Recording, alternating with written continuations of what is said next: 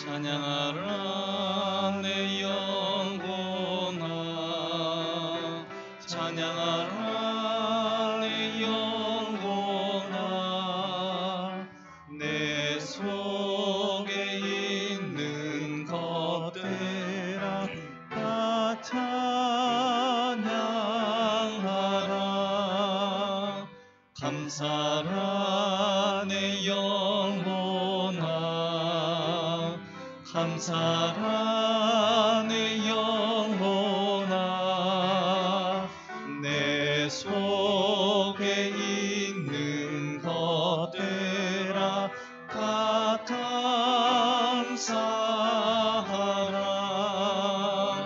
기뻐하라 내 영혼아, 기뻐하라 내 영혼아.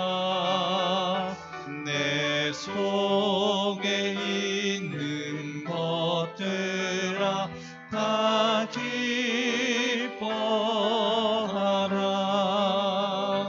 경배하라 내 영혼아, 경배하라 내 영혼아. 내 속에 있는 것들아 다 경배하라.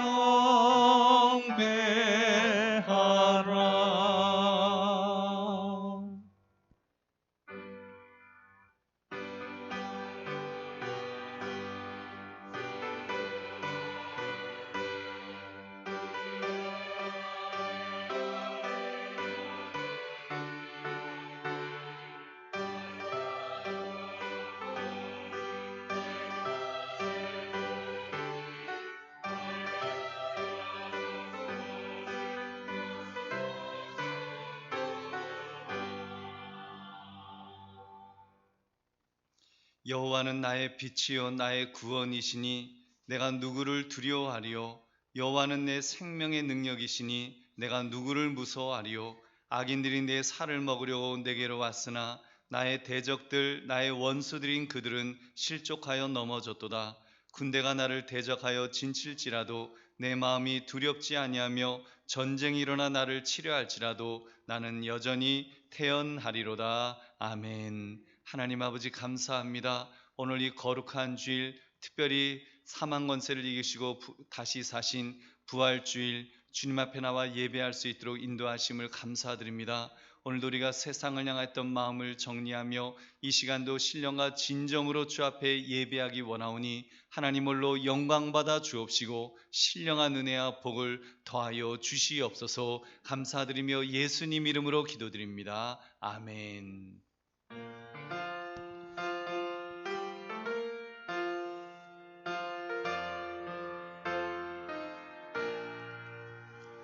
구세주를 아는 이들 찬송하고 찬송하세. 마음과 뜻과 힘 다하여 경배 드리세.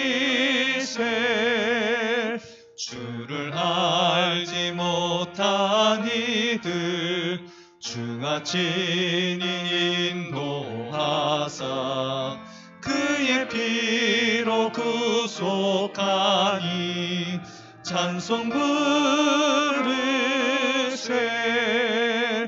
약한 사람 도움받아 시험 중에 참게 되니 모든 죄를 이길 힘은 믿음뿐이라. 진리 되신 우리 주는 영원토록 변함없네. 성도들아 주를 믿어 길이 섬기세. 아멘. 우리 절기 교독문 하겠습니다. 134번 교독하겠습니다. 내가 받은 것을 먼저 너희에게 전하였노니 이는 성경대로 그리스도께서 우리 죄를 위하여 죽으시고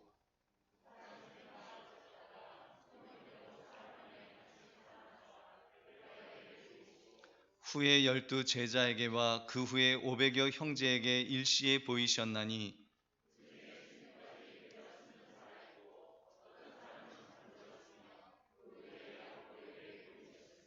그 후에 모든 사도에게와 맨 나중에 만삭되지 못하여 난 자 같은 내게도 보이셨느니라.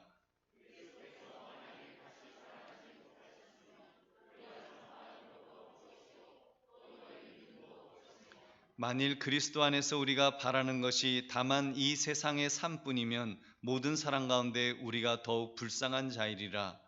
그러나 이제 그리스도께서 죽은 자 가운데서 다시 살아나사 잠자는 자들의 첫 열매가 되셨도다. 아멘. 우리 사도신경으로 우리의 신앙을 고백하겠습니다. 전능하사 천지를 만드신 하나님 아버지를 내가 믿사오며 그 외아들 우리 주 예수 그리스도를 믿사오니 이는 성령으로 잉태하사 동정녀 마리아에게 나시고 본디오 빌라도에게 고난을 받으사 십자가에 못 박혀 죽으시고 장사한 지 사흘 만에 죽은 자 가운데서 다시 살아나시며 하늘에 오르사 전능하신 하나님 우편에 앉아 계시다가 저리로서 산자와 죽은 자를 심판하러 오시리라. 성령을 믿사오며 거룩한 공회와 성도가 서로 교통하는 것과 죄를 사하여 주시는 것과 몸이 다시 사는 것과 영원히 사는 것을 믿사옵나이다. 아멘. 앉으시기 바랍니다.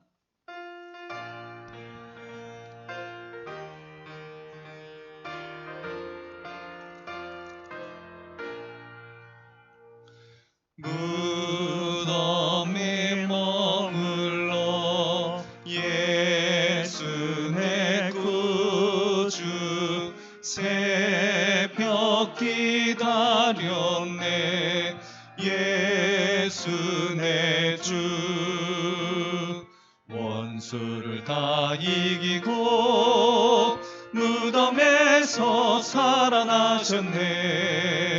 어둠을 이기시고 나와서 성도와 함께 길이 다스리시네. 사셨네 예수 다시 사셨네. 헛되이 지키네. 예수 내 구주 헛되이 봉하네. 예수 내 주 원수를 다 이기고 무덤에서 살아나셨네.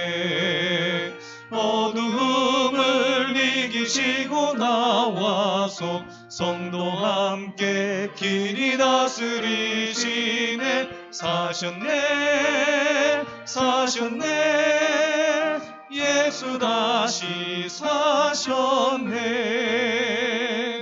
거기 못 가두네. 예수 내 구주 우리를 살리네. 예수 내 주 원수를 다 이기고 무덤에서 살아나셨네. 어둠을 이기시고 나와서 성도와 함께 길이 다스리시네. 사셨네 예수 다시 사셨네. 아멘.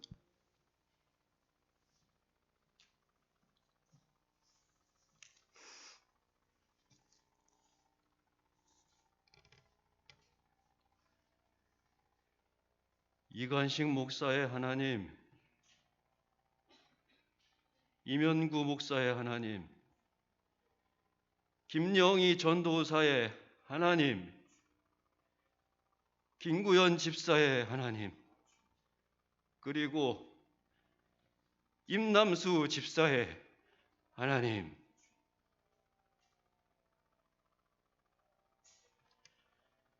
모두 하나님 품으로 데려가셔서 우리에게 잠시 이별의 슬픔을 주시지만 예수님 진짜로 죽으시고 다시 살아나셔서 우리에게 부활의 소망과 다시 만나는 기쁨을 알게 하시니 하나님 은혜에 감사합니다. 하나님, 피조물인 우리를 귀히 여기시고 사랑해 주시고 관심 가져 주시고 포기하지 않으시고 우리를 얼마나 사랑하시는지 예수님을 통해 증명해 주시니 하나님 은혜에 감사합니다. 하나님, 이 시간 성령 하나님 의지하여 우리를 양자 삼으신 하나님께, 우리 아버지께 예배 올려드립니다. 우리의 진심을 받아주시고 영광 받아 주시옵소서. 저희에게 하나님 사랑의 회복과 구원의 기쁨을 내려주시옵소서. 하나님이 세우신 차은일 목사님을 통하여 우리에게 말씀하실 때에 우리 듣는 귀를 열어주시고 깨닫는 영을 허락하시사 예수의 십자가 은혜가 우리에게 가득하게 하여 주시옵소서. 험하고 힘든 이 세상 담대하게 우리의 십자가 우리가 지고 살아나가도록 예수의 용기와 예수의 인내를 부어 주시옵소서. 하나님, 우리 죄를 고백합니다. 제대로 살지 못했습니다. 예수님은 우리를 위해 사셨지만 우리는 나를 위해 살았습니다. 예수님은 고통받는 사람들의 희망이셨지만 우리는 더 이상 절망하는 사람들의 희망이 되주지 못합니다. 하나님, 이 땅에 이 잘 사는 우리나라에 자기 스스로 자기의 목숨을 끊는 사람이 1년에 10,000명이 넘는다고 합니다. 잘 사는 나라 중에 1위라고 합니다. 하나님, 죄송합니다. 살기 바빠서 그랬습니다. 살기 바빠서 그들을 돌볼 시간이 없었습니다.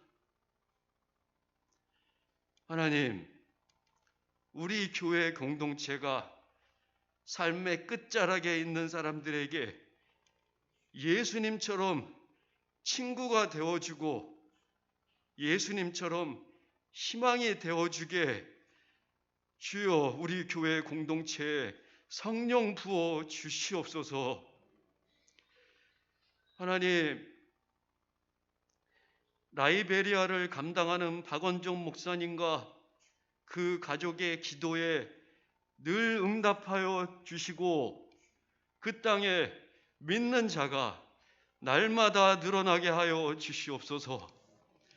하나님, 우리에게 보내주신, 우리에게 태어나게 해주신 우리 아이들 하나님께 부탁드립니다. 우리 아이들이 하나님에 대한 사랑이 날마다 장성하게 하여 주시고 우리 아이들이 우리의 기쁨이 되게 하여 주시옵소서.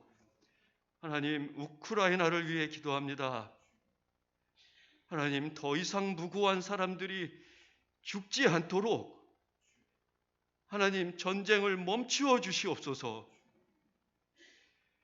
하나님, 우리 대한민국도 할 바를 하게 하여 주시옵소서.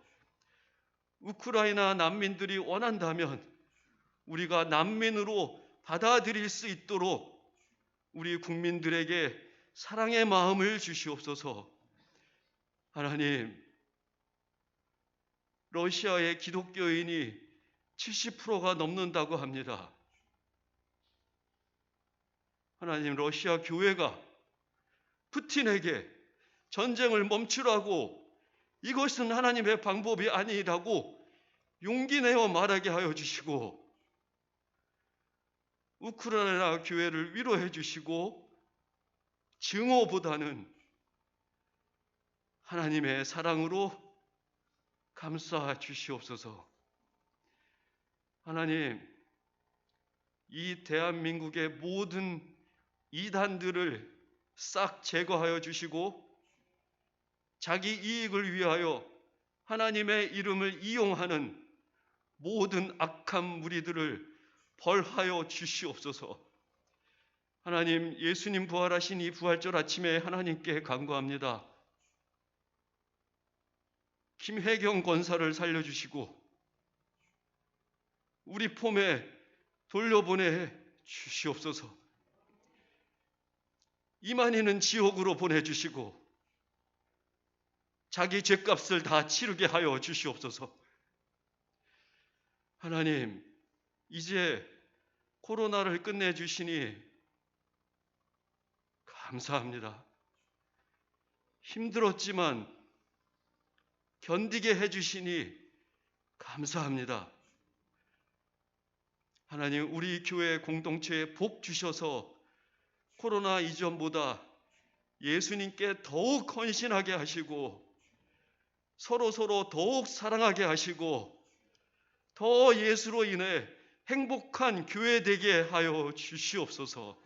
이 아침에 예수님의 이름으로 기도드립니다. 아멘.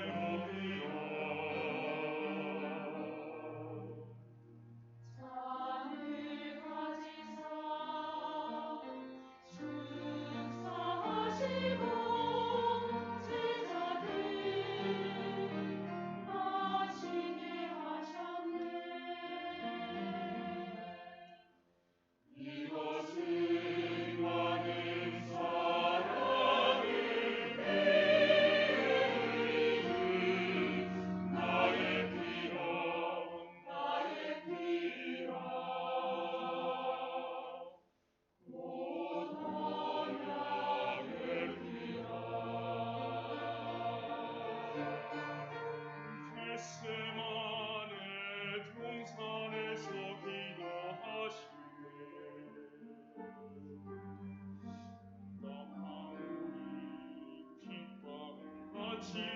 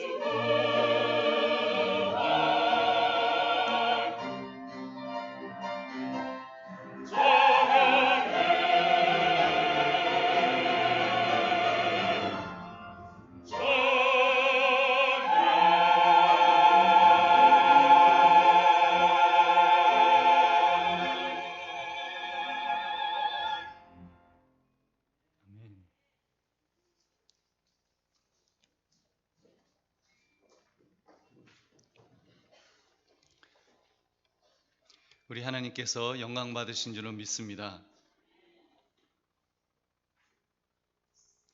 하나님의 말씀 누가복음 24장 36절부터 43절까지입니다.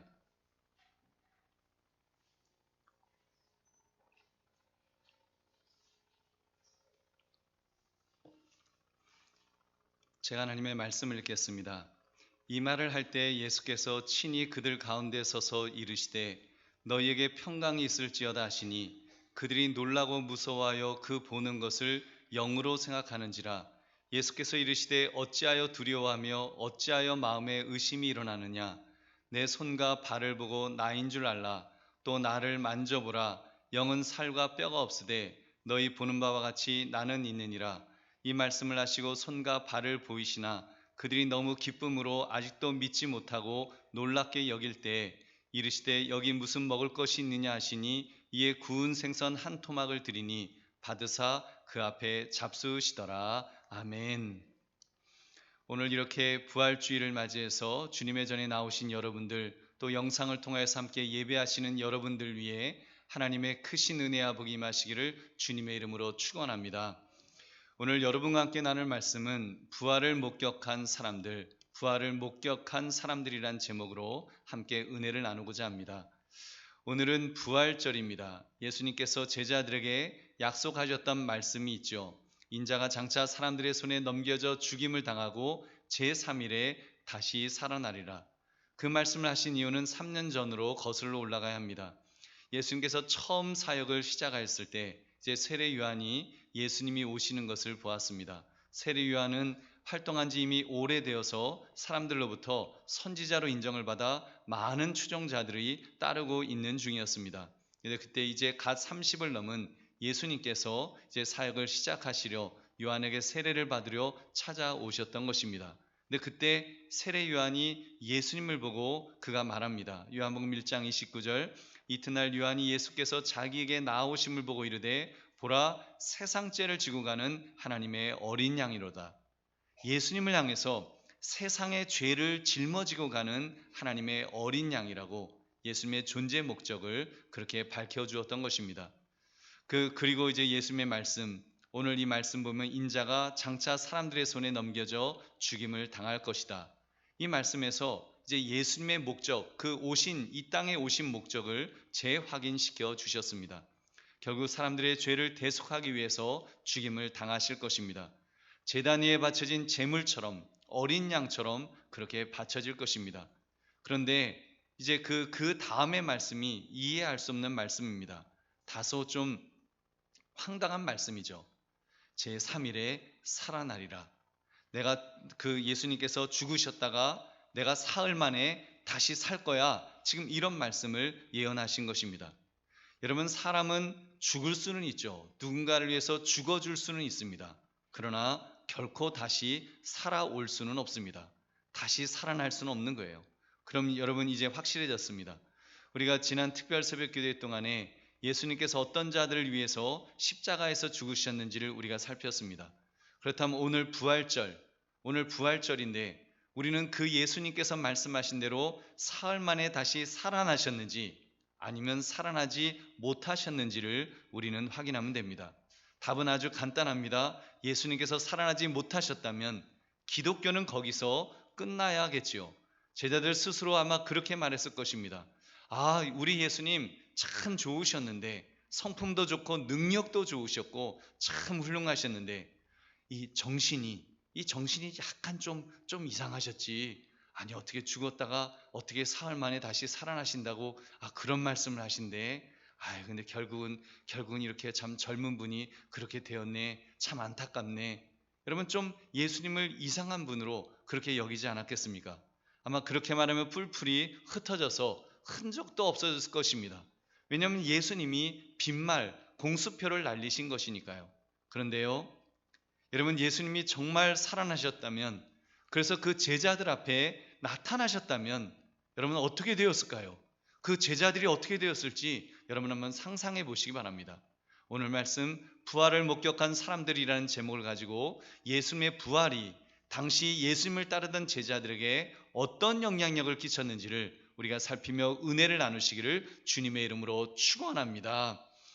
우리가 지난 2월부터 지금까지 누가복음을 이렇게 껑충껑충 뛰면서 우리가 살펴봤습니다. 이제 마지막 24장을 우리가 보면서 여러분, 이 24장은 부활의 장이다, 예수님이 다시 살아나신 것을 이렇게 기록한 장이다라고 말해도 과언이 아닐 것입니다. 최초로 예수님께서 살아나신 그 현장을 본 사람들이 누구라고 지금 기록하고 있습니까? 준비한 향품을 가지고 무덤에 갔던 여인들이 제일 먼저 알았다는 것입니다. 물론 제자들이 허겁지겁 돌아온 여인들로부터 그 소식을 또 같이 들었죠. 그러나 사도들은 그들의 말이 허탄한 듯이 들려 믿지 않았습니다. 그리고 이제 엠마오로 가던 두 제자들이 함께 동행하던 분이 성경을 막 풀어주는데 처음에는 그분이 예수님인 줄을 몰랐습니다. 그러다가 예수님과 함께 음식을 먹으면서 예수님께서 축사하시고 떼어 그들에게 주셨을 때 그들의 눈이 밝아졌다 그랬습니다. 그래서 그분이 예수님인 것을 깨닫게 되었습니다. 그러나 부활하신 예수님은 이미 살아시어서 그들이 더 이상 볼 수가 없었습니다. 그리고 지금 오늘 본문에서 11 제자들에게 그 예수님이 나타나신 것입니다. 우리 36절 37절을 함께 읽겠습니다. 시작.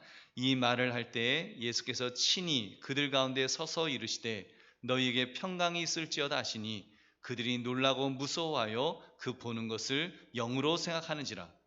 평강이 있을지어다. 그 말에 제자들이 놀라서 무서워했다고 그랬습니다. 왜 그래요? 알아본 거예요. 분명히 저 예수님 십자가에서 분명히 죽으셨는데 그 장례까지 다 치렀는데 벌써 사흘이 지났는데 아니 저분이 지금 나타나셨어? 이게 뭐지? 이제 그렇게 된 거예요. 그래서 그들은 너무 놀라서 무서워했다 그랬습니다.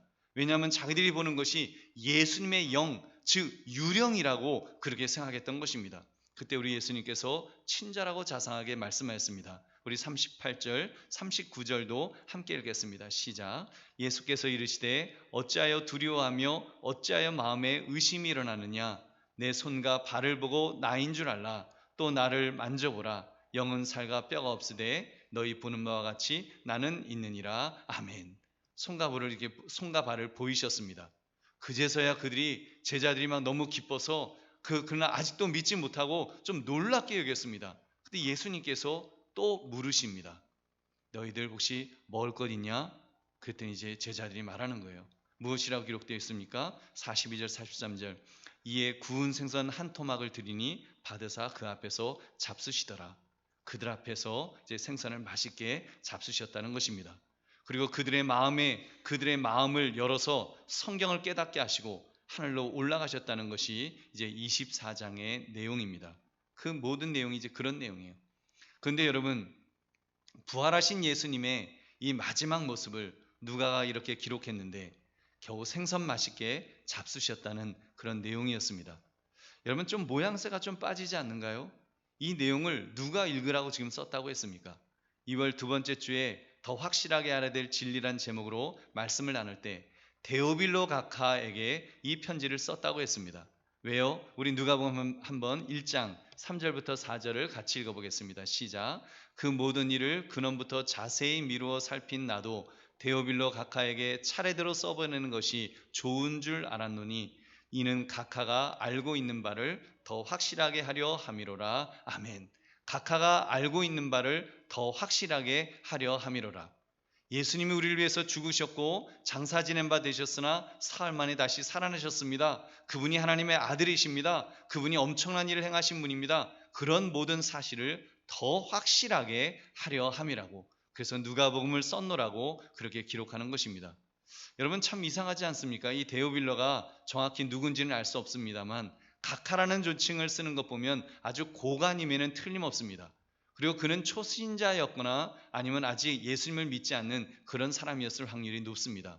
안 그러면 성도님, 집사님 그렇게 불렀겠죠. 그 말은 예수님에 관해서 좀 강력한 메시지를 듣고 이제 믿음이 성장해야 될 그런 사람이었다는 것입니다. 그런데 지금 누가복음을 쓴 누가가 예수님의 부활하신 후의 행적에 대해서 기록하는데 어떤 내용을 기록했다고요? 생선 잘 잡수셨습니다. 그런 내용 기록한 거예요. 도대체 누가가 왜 이러한 내용을 가감없이 써야 했던 것일까요? 좀 멋진 내용 있잖아요. 카리스마 있는 그런 내용. 뭐 예수님께서 사실 누가복음에도 보면 예수님이 무리를 걸으셨다. 뭐 아니면은 뭐 정말 그 풍랑을 꾸짖으시니까 풍랑도 잔잔해졌다. 이런 기적 같은 그런 이야기들이 이미 많이 있는데, 예수님의 부활을 신화화 시킨다면, 신격화 시키려고 한다면 뭔가 좀 거창한 내용들을 써야 마땅하지 않겠습니까? 카리스마가 있는 내용, 아주 신비한 내용으로 그렇게 써야지, 좀 그렇게 만들어서라도 그렇게 써 넣어야 되지 않았겠냐는 말입니다. 여러분, 근데 그렇지 않잖아요. 생선 잘 잡수셨다. 여러분, 그 대답은 한 가지밖에 없습니다. 예수님께서 진짜 잡수셨으니까요. 그리고 제자들이 그것을 목격했으니까 본 그대로 적어 넣은 것입니다. 그렇습니다. 예수님의 부활은 그런 것입니다. 그 어떤 철학이나 논리나 윤리나 신앙이나 그런 것이 아니라 사실인 줄 믿으시기 바랍니다. 사실이기 때문에 예수님이 다시 사셨고 제자들이 그것을 보았습니다. 그리고 기록했습니다. 본 그대로 말입니다. 계속하여 제자들이 보았기 때문에 본 그 사실을 기록할 수밖에 없다는 것을, 여러분, 우리가 오늘 이 본문뿐만 아니라 우리가 몇 가지로 더 살펴볼 수 있습니다. 첫째, 빈 무덤을 처음 목격한 사람들이 여성들이었다고 그렇게 기록합니다. 그 시대 여성들의 지위라는 것이 지금 시대와는 달라도 너무 달랐습니다. 지금이야 우리 여성들이 똑같은 이제 동등한 그 인격을 우리가 이제는 그 인정을 합니다만, 그 당시는 그런 게 없었어요. 고대니까. 여러분 용서하시고 들으십시오. 고대였기 때문에 그들의 증언, 여성들의 증언은요, 법정에서 증거로 인정이 안 되었습니다. 여러분 무슨 말인지 아시죠? 만약에 5살짜리 애가 저 뭐 봤는데요, 그러면 우리 그러잖아요. 아니 무슨 애가 뭐 조그만 애가 보긴 뭘 봐, 애가 뭐 잘못 봤겠지, 무시하잖아요. 그런 것처럼 그 당시에는 그 여성들의 그런 인권, 그런 것들이 무시되었기 때문에 여성이 법정에서 저 사람이 뭐 그 범죄하는 거 제가 봤습니다, 이렇게 말을 해도 여자가 한 거는 그거는 그 증거가 못 돼, 그건 믿을 수 없어, 그러고 그냥 무시하는, 신뢰할 수 없는 존재로 그렇게 여겼다는 말입니다. 그 당시의 말입니다. 그렇다면 누가가 예수님의 부활에 관한 이 이야기를 지금 인위적으로 신비하게 만들기로 작정했다면, 진짜로 예수님이 부활한 것이 아니라 만약에 제자들이 가짜로 만들어내기를 했다면, 여러분 목격자를 남자로 바꿔서 기록해야 마땅했을 것입니다. 절대로 여성 목격자들을 이런 식으로 등장시키지 않았을 것입니다. 아무도 믿어주려고 하지 않았을 테니까요. 이게 뭐 5살짜리 애가 만약에 봤습니다, 이렇게 쓰면 누가 믿겠어요? 근데 여러분, 누가가 그럼에도 불구하고 여성들이 첫 목격자였다는 것을 그대로 기록하였습니다. 왜 그랬을까요? 다른 이유는 없어요. 딱 한 가지 이유입니다. 그것이 실제로 일어난 일이었기 때문인 줄로 믿습니다. 일어난 일이니까, 그 여인들이 목격했기 때문에, 그 여인들이 목격한 것을 증언했기 때문에 누가는 그 사실을 그대로 기록할 수밖에 없었던 것입니다. 할렐루야. 여러분, 두 번째, 24장에 언급된 인물들은 여성 아니면 알려지지 않은 인물이었다는 것이 또 이상합니다. 10절 말씀 우리 같이 읽어보겠습니다. 시작. 이 여자들은 막달라 마리아와 요한나와 야고보의 모친 마리아라. 또 그들과 함께한 다른 여자들도 이것을 사도들에게 알리니라. 여러분, 서도의 여성은 법정에서 증인으로 서지도 못한다고 했습니다. 근데 지금 이 중차대한 예수님의 부활을 다루는 마당에 막달라 마리아, 요한나, 야고보의 모친 마리아, 이런 여성들의 이름들이 이렇게 정말 그 자세하게 또 질비하게 적어 놓고 있을까요? 더구나 엠마오로 가던 두 제자 중 한 사람, 글로바라고 그렇게 딱히 예수님과 아무도 그 역할도 하지 않았던 그런 인물의 이름이 적혀져 있습니다. 이 본문에 한 번 있고요, 요한복음 19장에 또 한 번, 2번 딱 나오는 인물입니다. 무엇을 추론해 볼 수 있을까요? 여러분, 신학자 보컴은 이 부분을 이렇게 해석했습니다. 옛날에는 목격자 증언을 근거로 한 역사적 기록에 대해서 이 이름들이 각주와 같은 역할을 했다. 그러니까 설명하는 역할을 했다는 거예요. 마치 내가 당신에게 한 말을 확인해 보고 싶다면 이 사람들에게 가서 물어보세요. 그래서 그 사람들, 진짜로 보았던 그 사람들의 명단, 이름을 적어놓는 그런 방식이라는 것입니다. 그래서 누가복음 24장 18절에 그 한 사람인 글로발 하는 자가 대답하여 이르되 라고 이렇게 실제 인물을 적어 놓은 것입니다. 데오빌로 각하가 이제 그 누가복음을 이렇게 받아서 읽다가 그래? 정말로 예수님이 살아났어? 그러면 글로바라는 사람 한번 불러봐. 글로바라는 사람 한번 오라 그래봐. 그래서 글로바 앉혀놓고 당신 정말 그거 본 거 맞아요? 하고 물어볼 수 있도록 그 실제 그 당시에 있었던 그 사람을 기록해 넣었다는 것입니다. 그래서 몇십 년 동안 초대교회에서 굉장히 유명한 목격자로서 아마 글로바가 그렇게 활동했을 것임에 틀림없습니다. 여러분, 우리 그런 걸 볼 때 그런 목격자들을 중요한 출처의 역할로 그렇게 기록해 넣었다는 것입니다. 또 세 번째로 예수님을 따르던 자들이 이미 예수님을 경배하기 시작했다고 그렇게 성경은 기록합니다. 우리 50절부터 53절을 같이 읽겠습니다. 시작. 예수께서 그들을 데리고 베다니 앞까지 나가사 손을 들어 그들에게 축복하시더니 축복하실 때에 그들을 떠나 하늘로 올려지시니 그들이 그에게 경배하고 큰 기쁨으로 예루살렘에 돌아가 늘 성전에서 하나님을 찬송하니라. 아멘. 그들이 그에게 경배하고 큰 기쁨으로 예루살렘에 돌아가 성전에서 하나님을 찬송했다. 경배했다는 말이 나옵니다. 여러분 한번 생각해 봅시다. 여러분 마태복음이라든 우리는 예수님을 경배하죠. 우리는 성경을 다 알고 있기 때문에 우리는 예수님을 나의 주, 나의 하나님, 그래서 예수님을 이렇게 경배합니다. 그러나 여러분 마태복음만 봐도요, 마가, 누가, 요한복음까지 예수님의 공생의 기간에 그 어디에 제자들이 예수님을 경배했다는 말이 나옵니까? 그 전까지는 경배하지는 않았을 것입니다. 물론 제자들이 주님이라고 부르기도 하고 베드로는 주는 그리스도시요 살아계신 하나님의 아들이시니다 이런 신앙 고백도 했지만 진짜 막 이렇게 뭐 예수님 앉혀놓고 막 경배하는 그런 거는 안 했을 것입니다. 부활하신 예수님을 만났을 때는, 이제 부활하신 그 예수님을 보았을 때는 경배하지 않을 수 없었다고 성경은 그렇게 기록합니다. 여러분, 이것은 어마어마한 변화가 일어났음을 말해주는 것입니다. 평생 유대인들이 가지고 있던 패러다임을 완전히 뒤바뀌어 놓는 것입니다. 유대인들에게 있어서 하나님은, 경배받으셔야 마땅한 하나님은 한 분, 하나님밖에 안 계십니다. 그렇기 때문에 그들은 하나님의 이름조차도, 저는 이렇게 하나님이라고 이름을 부르지만 유대인들은 부르지 못했어요. 글자로 표기하는 것조차도 하지 못해서 자음만 써놨어요. 자음만 써놓고 모음은 쓰지 않고 읽는 것조차도 다르게 읽을 정도로. 그래서 그러면서 그분이 여호와 하나님이심을 그렇게 고백했던 것입니다. 그 정도로 경배의 대상은 오로지 하나님밖에 없다. 이게 유대인들의 머릿속에는 꽉 차 있었어요. 제자들의 머릿속에도 그렇게 꽉 차 있었습니다. 그 패러다임에서 조금도 변하지 않았습니다. 바리새인이었던 바울, 그런 패러다임이 얼마나 강력했는지요. 그렇기 때문에 처음 기독교에 대해서 그 이야기를 들었을 때 막 바울이 견디지를 못했어요. 왜 견디지 못했느냐? 자기가 믿고 있던 모든 프레임을 기독교가 다 깨어버리니까, 패러다임을 깨어버리니까, 뭐 성전도 필요 없다고 하죠. 예수님이 하나님의 아들이라고 그러죠. 이게 뭐 말이 돼요? 사람이 인간의 몸을 입고 있는데 자기가 뭐 하나님의 아들이라고 그러니까 이게 말이 안 된다는 그러니까 막 화가 난 거예요. 그래서 자기가 믿어왔던 모든 패러다임을 깨려고 하니까 화가 나서 그 기독교를 깨부수려고 혈안이 되어 돌아다녔던 것입니다. 그래서 심지어 스데반 집사님을 돌로 쳐 죽일 정도로 그렇게 기독교를 박해하는 자가 되었던 것입니다. 그랬던 바울이 완전히 뒤바뀌었습니다.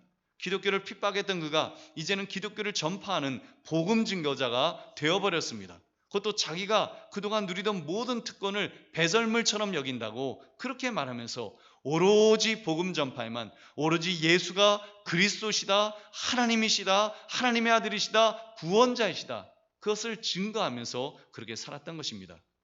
도대체 그 바울에게 무슨 일이 있었던 것일까요? 여러분, 그 답을 사울이 다메섹으로 가는 도중 경험했던 사건에서 찾을 수가 있습니다. 우리 사도행전 9장 4절부터 6절을 함께 읽겠습니다. 시작. 땅에 엎드려져 들음에 소리가 있어 이르시되 사울아 사울아 내가 어찌하여 나를 박해하느냐 하시거늘 대답하되 주여 누구시니까? 이르시되 나는 내가 박해하는 예수라. 너는 일어나 시내로 들어가라. 내가 행할 것을 내게 이를 자가 있느니라 하시니. 아멘. 무슨 일입니까? 부활하신 예수님을 바로 사도 바울이 직접 만났다는 것입니다. 여러분, 다른 것은 더 이상 이제 신경 쓸 게 없죠. 그가 갖고 있던 모든 패러다임이 그냥 깨어져 버리는 거, 무너져 버리는 거예요. 왜냐하면 분명히 저 예수는 그 십자가에 매달려 죽었는데, 장사 지낸 거 분명히 아는데 그 예수님이 다시 살아나셔서 그 바울에게 나타나시니까 아, 당신이 하나님이시군요 하고 그는 그 자리에서 무너져 내렸던 것입니다. 여러분, 똑같은 이유로 우리가 읽었던 이 본문 말씀 누가복음 24장의 기록은 여러분 그렇게 볼 때 너무 좀 이 폼이 나지 않잖아요. 그 내용이 너무 좀 이상하잖아요. 먹을 것 좀 있냐? 구운 생선 한 토막 있는데요. 받으사 그 앞에서 잡수시더라. 여러분, 정말이지 누가복음 24장 이 부활하신 예수님에 대해서 기록한 그 마지막 한 장이라면 좀 극적인 내용이, 예수님께서 장풍을 촥 하시니까 막 태풍이 막 왁 하고 뭐 몰아쳤더라 뭐 그런 내용을 하시든지, 아니면 정말 뭐 솔방울을 떼다가 그냥 쉬르탄을 만드셨다 뭐 좀 그런 내용, 신화화될 수 있는 그런 멋진 내용을 이렇게 만드셨어야 되는데, 그렇게 기록했어야 되는데 그냥 내용이 그래요. 쪼잔하잖아요. 마지막을 식사하신 내용을 적었던 것입니다. 왜 그럴까요? 또 말씀드립니다. 사실이니까요. 예수님께서 먹을 것 좀 있냐라고 물으셨고 생선 한 토막을 드렸더니 잡수셨다는 것입니다. 여러분들, 그 말씀이 적어도 누가에게는 여러분 이 내용이 가슴이 막 뛸 수 있는 그런 내용인 것입니다. 뭐 솔방울을 떼어다가 쉬르탄을 만드셨다 그런 내용보다 여러분 정말 이 누가에게는, 그리고 제자들에게는 가슴이 막 쿵쾅쿵쾅거리는, 사도 바울에게는 정말 막 눈이 뒤집힐 만한 그런 일이었습니다. 왜요? 사실이었으니까요. 십자가에서 죽으셨던 그 예수님께서 다시 살아나셔서 제자들이 보는 앞에서 맛있게 생선 한 토막을 뚝딱 잡수시는 것을 눈으로 보았으니까요. 그들이 그걸 본 거예요. 그러니까 누가는 그 내용을 그대로 기록한 것입니다. 초대교회 때 많은 사람들이 목격했던 사실이었으니까요. 그리고 그 사실을 읽었을 때 그들의 마음이 뜨거워지기 때문인 것입니다. 여러분, 기독교는 그렇게 시작되었습니다. 어떤 철학자의 사고로, 어떤 논리적인 사고로, 고상한 말로, 논리로 그렇게 시작된 것이 아닙니다. 그럼 어떤 화려한 어떤 미사여구를 가지고 그렇게 화려하게 시작된 것이 아닙니다. 인간의 몸을 입으신 예수님을 만났고 그분이 하신 말씀을 들었고, 그리고 그분이 말씀하신 대로 십자가에서 죽으셨다가 다시 살아나신 것을 그들이 보았습니다. 그들은 그 예수님을 만나본 것입니다. 그렇게 예수님의 부활을 목격했기 때문에 그들은 완전히 뒤바뀌었던 것입니다. 패러다임이 완전히 바뀌어진 것입니다. 육신의 몸을 입고 계시는 예수님이셨으나 그 경배받기에 합당하신 하나님으로 믿어진 줄 믿으시기 바랍니다. 그래서 그들이 그 앞에서 경배했던 것입니다. 그리고 그 제자들은 부활하신 예수님을 목격한 사람들로서 자기들이 본 것을 전하였습니다. 내가 보았습니다. 내가 만났습니다. 그렇기 때문에 나는 내가 만난 예수님을 전하지 않을 수 없다고, 그러면서 그들은 예수님을 전하였던 것입니다. 여러분, 베드로와 같은 겁쟁이, 작은 여종 앞에서 나 저 예수님 모른다라고 3번씩이나 부인했던 그 베드로가 담대하게 다시 사신 예수님을 증거하기 시작했습니다. 그것도 막 제사장 그런 사람들 앞에서, 유대 교권자들 앞에서, 로마 군인들 앞에서 그가 얼마나 담대하게 전하는지요. 너희가 십자가에 못 박은 그 예수가 다시 살아나셨다라고 그는 소리쳤던 것입니다. 그래서 막 그 유대 교권자들이 협박했어요. 너 한 번만 더 전하면 너 죽여버리겠어. 너 입 다물어. 조용해. 막 협박했어요. 그때 여러분, 그는 담대하게 말했습니다. 사도행전 4장 19절부터 20절 함께 읽겠습니다. 시작. 베드로와 요한이 대답하여 이르되 하나님 앞에서 너희의 말을 듣는 것이 하나님의 말씀을 듣는 것보다 옳은가 판단하라. 우리는 보고 들은 것을 말하지 않을 수 없다 하니 아멘. 여러분, 나중에 그 제자들은 죽음도 불사하게 되었습니다. 십자가에 거꾸로 매달려 죽고 톱에 켜 죽임을 당하고 기름에 튀겨 죽임을 당하고 그 별별 끔찍한 형벌을 다 당하면서도 그들은 기쁨으로 그렇게 죽음을 맞이했습니다. 스데반 집사님 같은 분, 돌에 맞아 죽으면서도 부활하시고 승천하셔서 하늘 하나님 우편에 서 계신 그 예수님을 보면서 그는 막 기쁨 속에서 마치 잠자는 것처럼 그렇게 죽었노라고 성경 기록합니다. 돌에 맞아서 지금 죽어가고 있으면서 그의 얼굴 표정은 마치 잠자는 것처럼 그렇게 죽었노라고 성경 기록합니다. 할렐루야. 그런 증인들이 있었기 때문에, 부활하신 예수님을 목격한 증인들이 있었기 때문에 기독교는 들불처럼 그렇게 불타올랐던 것입니다.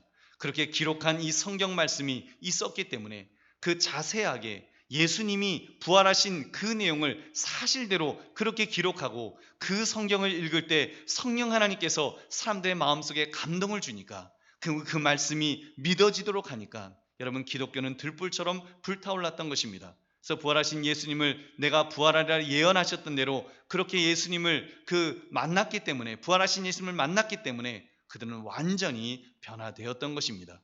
그래서 그들의 패러다임이 바뀌어서 예수님은 인간이면서 동시에 하나님이시다, 예수님은 우리의 구원자이시다, 우리에게 경배받기에 합당하신 분이시다, 그렇게 고백했습니다. 여러분, 빌립보서 우리 2장 6절부터 12절, 여러분 사도 바울의 고백을 보십시오. 우리 같이 읽어보겠습니다. 시작. 그는 근본 하나님의 본체시나 하나님과 동등됨을 취할 것으로 여기지 아니하시고 오히려 자기를 비워 종의 형체를 가지사 사람들과 같이 되셨고 사람의 모양으로 나타나사 자기를 낮추시고 죽기까지 복종하셨으니 곧 십자가에 죽으심이라. 이러므로 하나님이 그를 지극히 높여 모든 이름 위에 뛰어난 이름을 주사 하늘에 있는 자들과 땅에 있는 자들과 땅 아래에 있는 자들로 모든 무릎을 예수 이름에 꿇게 하시고 모든 입으로 예수 그리스도를 주라 시인하여 하나님 아버지께 영광을 돌리게 하셨느니라. 그러므로 나의 사랑하는 자들아, 너희가 나 있을 때뿐 아니라 더욱 지금 나 없을 때에도 항상 복종하여 두렵고 떨림으로 너희 구원을 이루라. 아멘. 여러분, 정말 그 유대인이었던, 정말 그 하나님은 한 분밖에 없으시다, 하나님은 그 영이시다라고 그렇게만 생각했던 그 사도들이 이제는 완전히 바뀌어서 그는 근본 하나님의 본체시나, 그는 예수님은 하나님의 본체시라고, 본질에 있어서 하나님이시라고, 하나님이시기 때문에 그 예수님은 인간의 몸을 입고 오셨지만 다시 살아나셨느라고, 그리고 승천하셨느라고 그렇게 고백할 수 있는 그런 믿음의 사람들이 된 줄로 믿습니다. 여러분, 그런 믿음을 가지시기를 주님의 이름으로 축원합니다. 말씀을 맺습니다. 오늘 부활주일을 맞이해서 제가 설교 말씀을 통해 지금 예수님의 부활을 증명하려고 하는 것이 아닙니다. 여러분에게 죽었던 분이 살아날 수 있다고 지금 이해시키려고 말씀드리는 것이 아닙니다. 부활을 목격한 사람들, 사망 권세를 이기시고 다시 사신 예수님을 직접 본 사람들, 그들이 기록한 그 성경을 통해서 여러분, 우리도 부활하신 그 예수님을 발견하자는 것입니다. 믿음의 눈으로 바라봅시다. 엠마오로 가던 두 제자들도 예수님께서 눈을 열어 주셨을 때에 그때 부활하신 예수님을 알아볼 수가 있었습니다. 여러분, 우리도 성령 하나님께서 우리에게 감동을 주시면 그 예수님을 발견하게 될 줄로 믿습니다. 부활하신 예수님이 성경 말씀 특별 계시로 우리에게 하나님을 보여주신 이 성경 말씀을 통해서 여러분, 우리에게 부활하신 예수님을 만나게 해주실 것입니다. 그래서 여러분, 그 예수님을 우리가 고백해야 됩니다. 너무 좋아서, 너무 기뻐서 제가요 지금 목격했습니다. 부활하신 예수님을 이 성경 말씀을 통해서 나도 분명히 보았습니다. 그래서 성경 말씀, 성령 하나님께서 내 안에 뜨겁게 그 말씀이 깨달아지게 하셔서 이제는 예수님이 부활하신 것을 믿도록, 이해가 아니라 믿도록 해주셨습니다. 이 고백을 우리도 해야 될 줄로 믿습니다. 여러분께서, 하나님께서 저에게 기쁨을 주셨습니다. 저에게 평안을 주셨습니다. 저에게 믿음을 주셨습니다. 그래서 이제는 고백할 것입니다. 여호와 하나님, 과거에는 이름도 부를 수 없었던 그 하나님을 향해서 아빠, 아버지라고 부를 수 있는 그런 자가 되었느라고 우리는 고백해야 될 것입니다. 그리고 예수님께서 그렇게 우리를 위해서 오신 것처럼, 은혜의 보좌를 다 버리고 오신 것처럼 이제는 우리도 그 예수님을 증거하는 자가 되어야 될 줄로 믿습니다. 부활하신 예수님, 다시 사신 예수님, 나를 위해서 구원자로 참으로 나를 구원하신 그 하나님을 증거할 수 있는 우리 모두가 되어야 될 줄로 믿습니다. 그럼 우리의 삶도 제자들처럼 부활을 목격한 사람들이 되어서 주님을 증거하며 살아가시기를 주님의 이름으로 축원합니다. 우리 함께 기도하겠습니다. 우리 함께 하나님, 우리 부활하신 주님을 바라보면서 우리가 그렇게 믿음으로 살게 해달라고 우리 잠깐 우리 함께 기도하겠습니다. 하나님 아버지, 오늘 주신 말씀처럼 우리가 부활하신 주님을 발견할 수 있기를 원합니다. 그 주님을 경험할 수 있기를 원합니다. 그 주님을 고백할 수 있기를 원합니다. 이제는 우리도 부활의 증인이 되어서 참으로 제자들이 발견했던, 제자들이 만났던 예수 그리스도를 우리가 성경 말씀을 통하여 믿어지게 하시고 체험하게 하시고 이제는 증거할 수 있는 그런 모든 자들이 될 수 있도록 주여 함께하여 주시옵소서. 주여 우리 모두를 붙들어 주시옵소서. 우리가 믿음의 장부들 되게 하시고 주님 기뻐하신 대로, 주님 원하시는 대로 하나님 아버지 이렇게 살아갈 수 있는 우리 모두가 될 수 있도록 주여 인도해 주시기를 주여 원합니다. 하나님 아버지를 만져 주시옵소서. 우리를 만나 주시옵소서. 우리가 하나님 안에서 아버지 귀한 것들로 아버지 이렇게 살아갈 수 있는 모두가 될 수 있도록 주여 인도하시며 주여 함께 해 주시옵소서. 주여 붙들어 주시옵소서.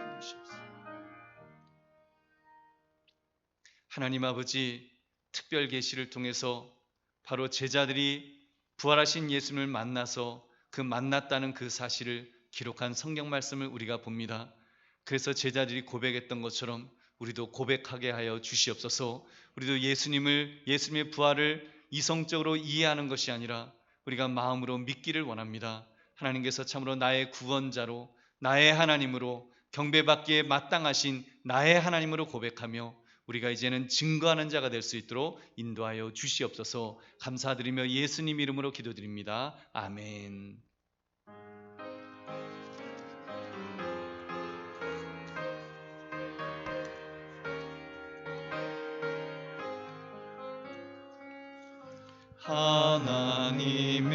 하나님의 독생자 예수 날 위하여 오시었네. 내 모든 죄 사하시려고 십자가 지셨으나 다시 사셨네. 살아계신 주 나의 참된 소망 두려움이 사라지네. 사랑의 주내 갈 길 인도하니 내 모든 삶의 기쁨 늘 충만하네. 주 안에서 거듭난 우리 기뻐하며 찬양하리. 가슴 속에 넘치는 사신 우리의 가는 길에 소망 넘치네. 살아계신 주 나의 참된 소망 두려움이 사라지네. 사랑의 주내 갈 길 인도하니 내 모든 삶의 기쁨 늘 충만하네. 선한 싸움 다 마친 후에 우리 주님 배우리라. 사망 권세 다 물리치고 주님이 다스리니 영광 넘치네. 살아계신 주 나의 참된 소망 두려움이 사라지네. 사랑의 주내 갈 길 인도하니 모든 삶의 기쁨 늘 충만하네. 아멘. 하나님 아버지 감사합니다. 오늘도 우리가 주님 앞에 나와서 예배하면서 세상에서 귀하게 여기며 어렵게 물질을 가지고 나왔습니다. 모든 것 하나님이 주셨다는 것을 인정하면서 10의 1을 구별하여 11조를 드립니다. 정성스럽게 준비한 주일원금을 드리고 감사의 조건을 가지고 감사의 예물을 드리고 땅까지 복음을 증거하기 위하여 선경물로 드릴 수 있도록 은혜 주심을 감사드립니다. 특별히 하나님 아버지여 부활하신 우리 주님을 찬양하며 기뻐하며 감사하며 우리가 또 감사의 예물을 주 앞에 드리오니 하나님 예물을 기뻐 받아 주옵시고 신령한 은혜와 복으로 채워 주시옵소서. 우리의 기도 제목이 응답되기를 주여 원합니다. 하나님이 공급하시는 힘을 가지고 살아갈 수 있기를 주여 원합니다. 코로나를 이기게 하여 주시옵소서. 질병을 이기게 하여 주시옵소서. 우리의 기도 제목이 주님 응답되어서 우리 직장과 사업장이 하나님의 복을 받게 하시고 하나님 이 나라가 하나님의 복을 받게 하시고 하나님 아버지의 가정이 하나님이 지켜주시는 은혜 속에서 그렇게 살아가게 하여 주시옵소서. 우리의 자녀들을 축복할 때마다 놀라운 복으로 주여 저들을 채워 주시옵소서. 이 물질이 교회가 교회다운 일을 감당하는데 가장 은혜롭게 효과 있게 쓰일 수 있도록 복을 더하여 주시옵소서. 감사드리며 예수님 이름으로 기도드립니다. 아멘.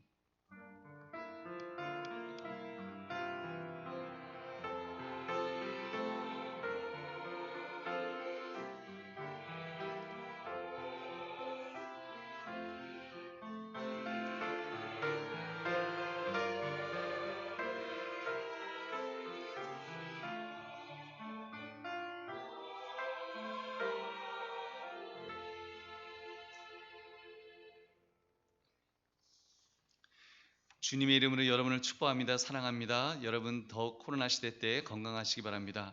우리 옆에 분에게 한번 부활하신 주님을 찬양합니다. 이렇게 한번 우리 인사하겠습니다. 부활하신 주님을 찬양합니다. 여러분을 축복합니다.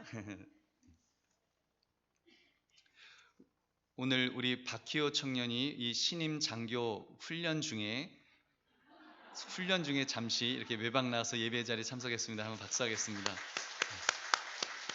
충성. 네, 앉아주시기 바랍니다. 네. 여러분 우리 박기호 청년, 장교는 다르군요. 저렇게 나와서 이렇게 우리 병사들은 휴가도 못 나오는데, 역시 장교는 다르군요. 네, 우리 기도하겠습니다.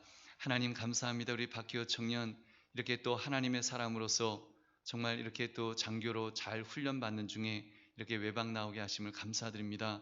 하나님 저를 더 붙들어 주셔서 훈련 잘 받게 하시고 또 군 생활 속에서 정말 하나님의 인물로서 쓰임 받을 수 있도록 주님 복의 복을 더하여 주시옵소서. 더 힘과 능력 주시고 눈동자같이 지켜주시고 하나님께서 저의 삶을 이끌어 주시옵소서. 감사드리며 예수님 이름으로 기도드립니다. 아멘. 네, 다시 한번 우리 축하의 박수 하겠습니다. 네. 앞으로 군 선교를 위해서 충성하시기 바랍니다. 네, 아멘. 우리 코로나19 예방법을 준수하여 여러분 개인 건강을 잘 지켜주시기 바랍니다. 우리 4월 18일부터 기존 거리두기가 이제 해제가 된다고 합니다. 아래 내용을 여러분 참고해 주시기 바랍니다.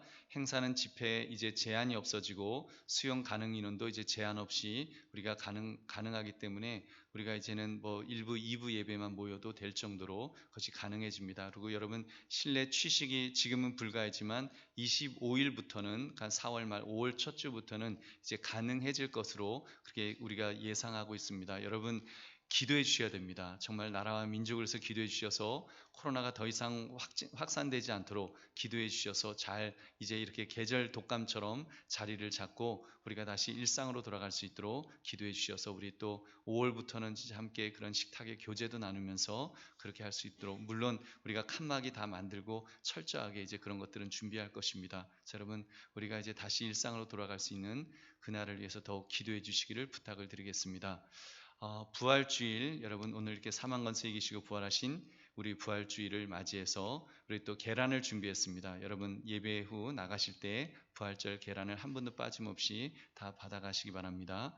그리고 네 번째 우크라이나 긴급 구호 헌금을 우리가 다음 주부터 하려고 합니다. 여러분 기도하시면서 우크라이나 지금 굉장히 그 어려움 속에 빠져 있는데 여러분 우리 그 위하여 좀 이렇게 헌금했으면 좋겠습니다. 제가 칼럼에 썼습니다만 물론 우리가 그냥 헌금으로 할 수 있지만 우리가 그냥 우리 재정 교회 재정으로도 하면 됩니다. 할 수는 있지만 우리가 또 이렇게 또 어려움을 당한 그런 이웃을 위해서 함께하는 것도 의미가 있다고 싶어서 또 모으고 그리고 부족한 부분들은 교회 재정으로 해서 이렇게 가능한 저희가 좀 많은 액수를 그렇게 도왔으면 좋겠습니다. 한번 영상을 잠깐 보겠습니다.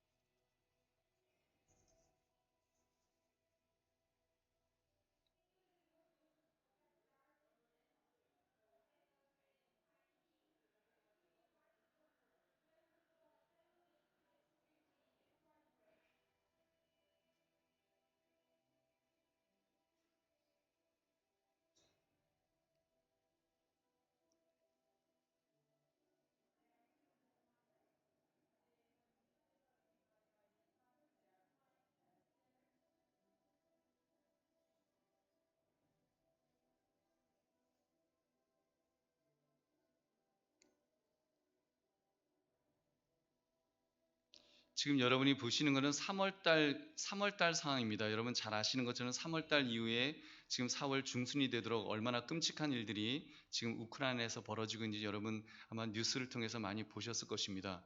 3월달에 비교하면 지금은 정말 더 끔찍하죠. 그래서 그 월드비전이라고 여러분 아실 거예요. 우리 6.25 전쟁 때 그때 전쟁 고아들을 돕기 위해서 만들어진 NGO 단체가 저 월드비전인데 우리나라가 전쟁 속에서 전쟁 고아가 생겼을 때 우리를 돕기 위해서 만들었던 저 NGO가 지금은 이제 우리가 오히려 세계를 돕는 그런 이제 NGO가 되었습니다. 그래서 지금 세계를 돕고 있는데 저렇게 이제 사업 예산 후원금이 어떻게 쓰이는지 그런 이제 설명을 보내주었습니다. 그래서 2만 원 가지고 기저귀 물티슈 3가구를 줄 수 있고 5만 원으로 아동 키트 7명, 그 10만 원으로 위생 키트 3가구, 그리고 100만 원으로 위생키트 15가구, 아동 키트 70명, 500만 원으로 기저귀 포함 위생키트 121가구, 그리고 1000만 원으로 아동 친화 공간 한 곳을 마련할 수 있다고 그렇게 이제 사업 예산을 그렇게 저희들에게 보내왔습니다. 그래서 여러분에게 이렇게 봉투를 하나 만들었는데 여러분 보시고 기도하시면서 정말 우리가 힘들었을 때 여러분 제가 직접 전쟁을 겪지는 않았지만 저도 그때 구호품 우유 얻어먹었던 미제 우유 얻어먹었던 그 기억이 납니다. 여러분 아마 우리 어르신들은 대부분 다 기억하실 거예요. 여러분 그렇게 어려움에 있는 또 그렇게 우리 이웃 우크라이나가 지금 그렇게 어려움을 겪고 있는데 여러분 그들을 긍휼한 마음으로 또 어려움에 함께 동참해 주시면 감사하겠습니다. 그리고 교사 찬양 기도에 매월 셋째 주 금요 기도에는 교사 찬양 기도를 드립니다. 4월은 성금요일 관계로 넷째 주 4월 22일에 유치부의 성김으로 드린다고 합니다. 우리 많은 분들 참여해 주시기 바랍니다. 전교인 거리 청소대회 다음 주일 2부 예배 후에 우리 전교인 거리 청소대회가 있습니다. 지역사회의 빛과 소금으로 섬기고자 하는 사역에 많은 참여를 바랍니다. 아마 여러분들 많이 지쳐 계실 것입니다. 코로나 걸린 분들은 후유증으로 굉장히 더 지쳐 계실 것이고 또 안 걸린 분들은 또 안 걸리려고 지금 그냥 버티느라고 또 얼마나 더 힘드시겠어요. 근데 여러분 우리 힘들다고 위축되어 있지 말고 힘들 때 우리가 더 주어진 사명 감당하면 하나님이 힘과 능력을 우리에게 주실 줄로 믿습니다. 그래서 여러분 용기 내어서 우리가 그 일을 감당할 수 있기를 바랍니다. 그리고 제100일의 수도내 정기노회에 위해서 기도해 주시기 바랍니다. 비대면 대신방 16구역 17구역입니다. 기도로 준비해 주시기를 부탁드리겠습니다. 담임 목사 동정 참고해 주시기 바랍니다. 우리 다른 광고 없으시면 우리 다 같이 일어나셔서 주기도 승부론의 축도함으로 예배를 마치겠습니다.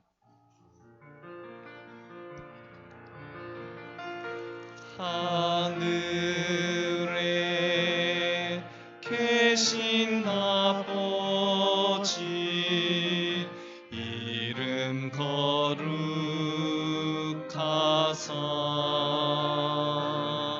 주님 나라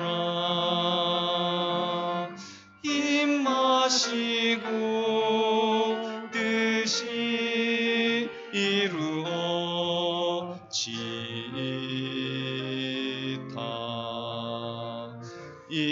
일용할 양식 주시고 우리들의 큰 죄 다 용서하옵시고 또 시험에 들게 마시고 악에서 구원하소서.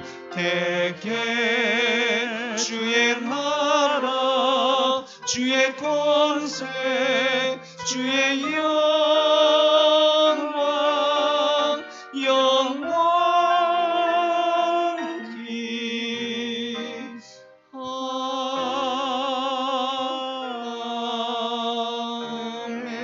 아멘. 이제는 우리 주 예수 그리스도의 은혜와 성부 하나님 아버지의 무한하신 사랑하심과 성령 하나님의 인도 충만 교통하심이 오늘 주님 앞에 나와 예배하면서 부활을 목격한 사람들을 바라보며 우리도 부활의 증인으로 살기를 결단하며 돌아가는 우리 모든 성도님들 머리 위에, 저들의 가정 위에, 학업 위에, 또 자녀들 위에, 그리고 코로나로 고통하는 모든 분들과 수고하시는 모든 분들 위에, 또 우크라이나에 고통하는 많은 분들을 위해, 또 함께 우리 주일학교 예배하는 우리 어린 영혼들 위해 지금으로부터 영원까지 함께 있을지어다. 아멘.